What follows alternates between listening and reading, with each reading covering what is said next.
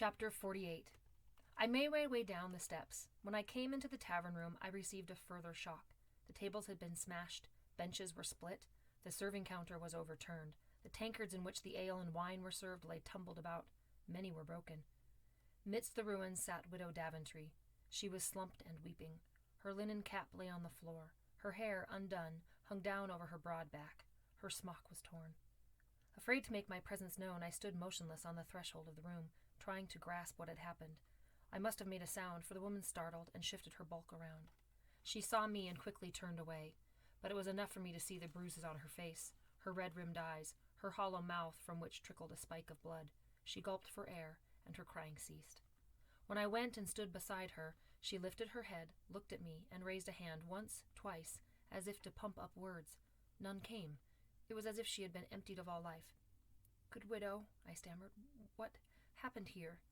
"Soldiers," she lisped faintly, "from the palace. They're searching for you." "Will they return?" "Perhaps," she said wearily. Though I quickly decided not to tell her I had been in the house, I hardly knew what to say. "If they find me," I asked, hoping she would give me a different answer, "what will they do?" "Kill you," she said. Groaning with the effort, she came to her feet and surveyed the wreckage with a dazed look.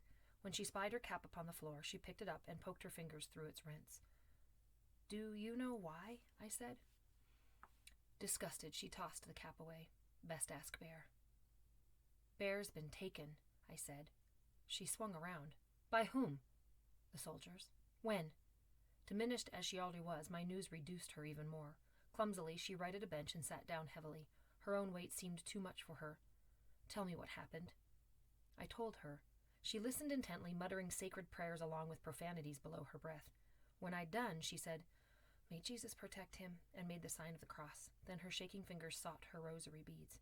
I said, "What will happen to him?" "A loving God will grant a speedy death," she said, squeezing her hands together, and tears began to run down her sunken cheeks again. With a hasty, agitated gesture, she wiped them away. I stood there awkwardly, hardly able to breathe. I said, "I heard John Ball cry out that he was betrayed." The woman spat upon the floor. "Beware all men who confuse their righteousness with the will of God. They probably don't even know that Ball was here.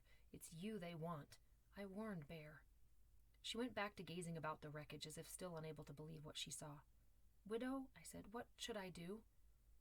At first she didn't answer, and then she said, "You can't stay here. It's too dangerous, for you and me. They'll try to get Bear to say where you are, but even if they make him reveal where you are, since they had already searched this place and didn't find you, they may not believe him. In any case, Bear will try not to say anything to harm you. He cares too much for you." Then she added, "But even the strongest can be broken by torture." "Torture?" I cried. "Tonight, after curfew," she went on, "you must escape from town.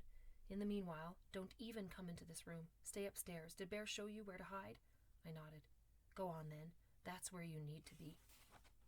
I climbed the steps and returned to the room.